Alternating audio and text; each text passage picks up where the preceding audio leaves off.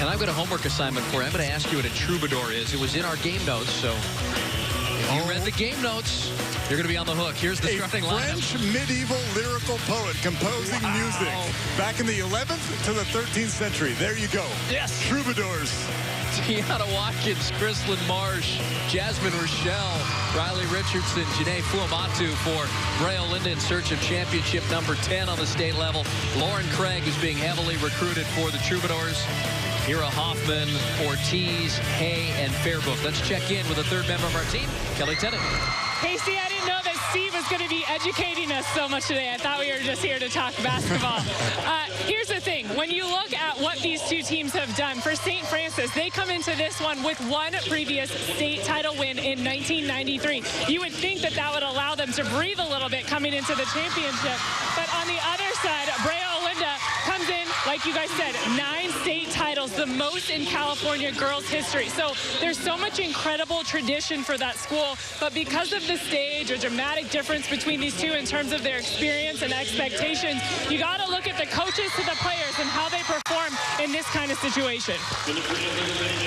Thank you, Kelly. Note to self, don't ask the Stanford guy anything about European history, no matter what the year is. There's the Brea head coach, Jeff Sink, in his 20th season. For a time, he resigned to take over the boys program for 2 years, but he has 553 career wins and just 88 losses. That's remarkable. And Brea and Modern Day, their girls programs to me have been the most consistent programs in the last 2 decades in Southern California. And for St. Francis, Victor Pitton in his 14th season, 289 career wins for this all-girls Catholic school that's located not too far from here, right near Sacramento State University. And this is the first time that he's obviously coached in a state finals, even though this is his 14th season. And I know it's all about these girls, the kids on the floor. But Victor Pitton, he's got to be pretty nervous as well, coaching on this big stage. They are well represented, actually, to the right of us. The all-girls Catholic school, they all got out and rushed over here because they almost have their entire section to themselves here at the Trade Arena. And they have their own special name. You're looking at the zoo. That's the St. Francis student section, and they're called the zoo because St. Francis is the patron saint of animals. Oh, he knows How about it all. that? You know it all, the Stanford guy. And they even had Rika Bakay play the national anthem on her violin. So you're ready to go? It's St. Francis. They're in white. They have the opening possession. Brea Olinda with 9 state championships, but they don't have one since the 2009 season. They're in green. And a turnover. Turnover by Lauren Craig, number 24. Expect her to have the ball early and often in the post. She was the league player of the year and their leading scorer. 4-year varsity player. You know, a couple of coaches behind us. Joan Bonvicini of Seattle U is here to look at Lauren Craig.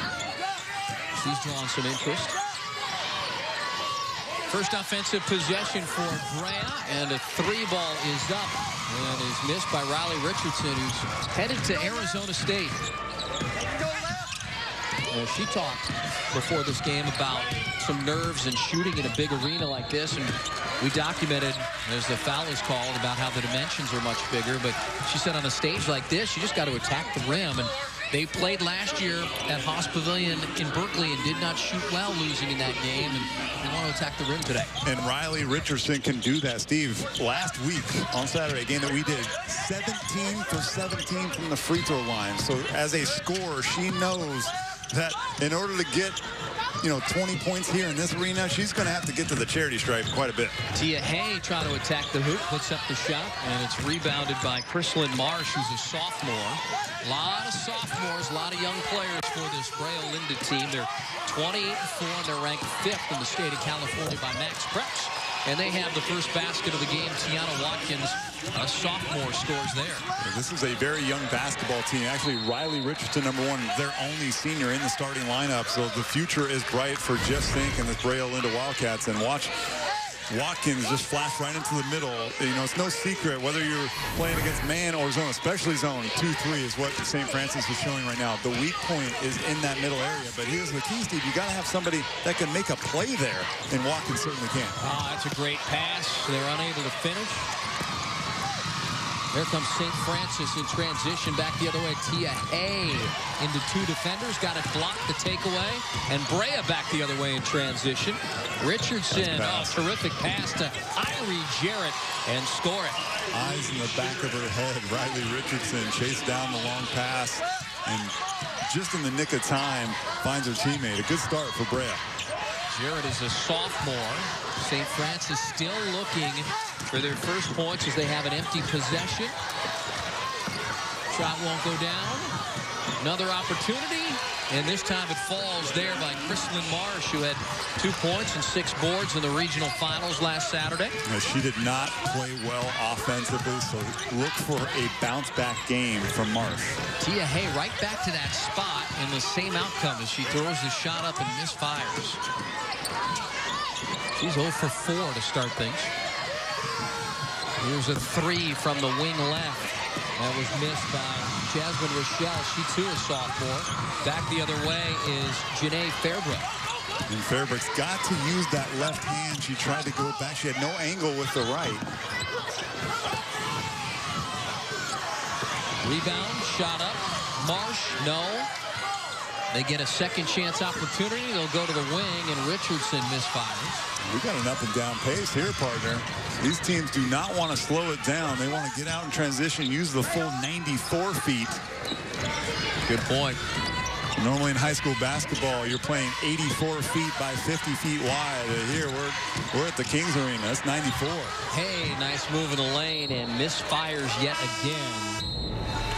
And watch the eyes in the back of her head. She quickly turns her head and rifles a pass to her streaking teammate, Irie Jarrett, who's the 6th man. She's the leading scorer off the bench. This is not a deep team for Brea Olinda and Jeff Sink. Yeah, he probably isn't going to go more than 2 subs off the bench. Left of the lane, shot missed by Tiana Watkins. Averages 14.5 points, almost 5 rebounds a game. Fairbrook inside, the pass went, it got stolen. The pass was open, but she took a dribble, and then the gap closed. Riley Richardson scores it. She had 27 points in their regional final. She's averaging 19 points a game, and as Casey pointed out, 17 of those 29 points came with the free throw line. She's a flat-out scorer. I mean, she can shoot it from deep, although she didn't make a 3 last week, but she's very fast, very quick. And right there, if you're Tia Hay, you either got to step in and take a charge or foul her, not let her get that shot up. St. Francis 29-5, and there's their first points. It comes 4 minutes and 9 seconds into this opening quarter. She just moved here from Australia to the United States with her mom this season, and she sat out a bunch because academically she wasn't cleared. And the St. Francis team still was able to win some games without her, but they're a lot better when Tia Hay's in the lineup, I'll tell you that much. Colorado State-bound Tia Hay will trade the white and red for the green of the Colorado State Rams, who, by the way, had a fantastic season this year in women's basketball. 3:33 to go in the first. Brea Olinda on top by 5. If you treated your tablet like greasy fast food treats your body, you'd have no way to watch cat videos. So say no to greasy fast food and treat your body right with the delicious rotisserie-style chicken sandwich from Subway. Made with our new hand-pulled all-white meat chicken raised without antibiotics, all on our freshly baked bread. The Subway Sandwich Shop. Fresh is what we do.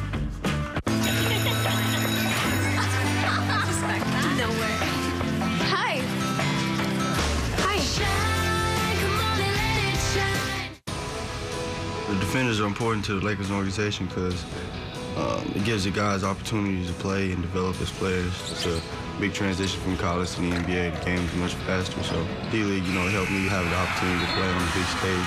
Stolen by Clarkson. He goes high in there. Whoa! Throw it down on Dante Exum.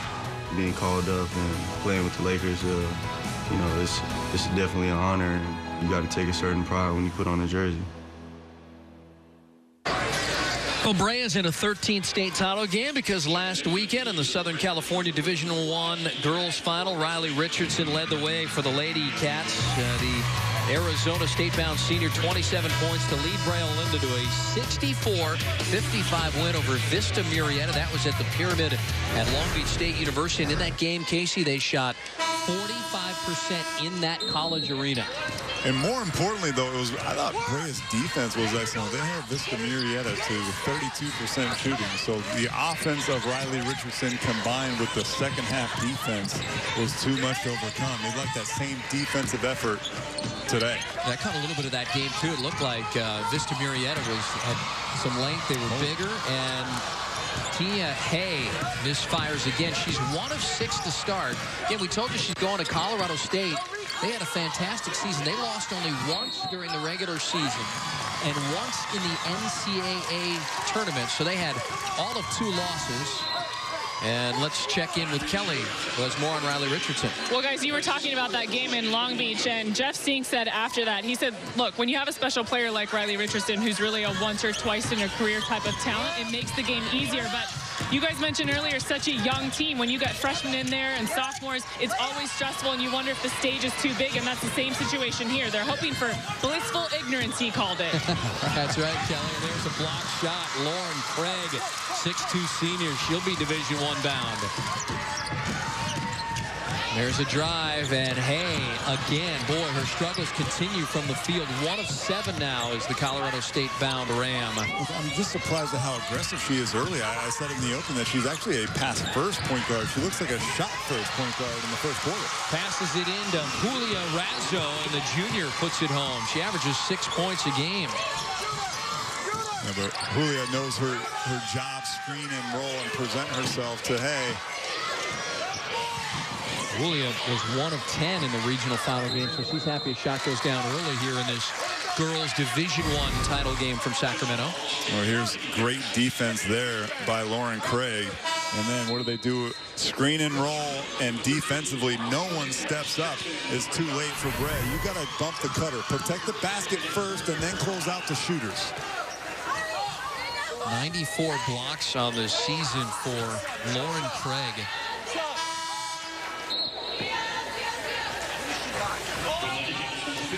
Brea Olinda has really put out some fantastic players over the course of Jeff Stink's career. I tried to put them on a list. You know, I don't live too far from Brea. The best player in their history is Jeanette Poland. She went to Stanford, and she's currently in the WNBA for the Indiana Fever. And then probably the next is Chelsea Trotter, who played on the women's team at Stanford as well. When I was there, she was a fantastic center as well. Jackie Corwitz got the rebound. Well, that 57 and 55 corridor have perhaps the 3 best girls high school basketball teams in the country, between Brea, Troy High School of Fullerton, and then Mater Dei. Kevin Kiernan, the head coach at Mater Dei, I believe, was at Troy, or the other way around. He spent some time at both places, but that's some great girls high school basketball right there. I mean, they're right all off the freeway within 13 miles of one another, if even that. White 13. Marley Nichols, sophomore, picks up her first. It's actually Riley Nicholas. And Riley Richardson, not only is she a fantastic player, Steve, but she's also a great student, almost a 4.0 GPA. In fact, this team, Brea Olinda, has a combined 3.75 GPA. That's pretty impressive. I don't think I've ever played on a team that was that smart. In fact, I know I never played on a team that smart. Well, her dad, remember, he was a standout safety at Arizona State, one of the top 50 players in Arizona State football history, and played for the 85 Bears. I mean, you got to be a pretty special athlete and football player to say you played for the 85 Bears and to make that roster. They just came out with a documentary, a 30 for 30 ESPN doc on the Bears defense and how dominating it was. Scary. Still the gold standard in the National Football League. He's back there with guys like Gary Fensick, Singletary.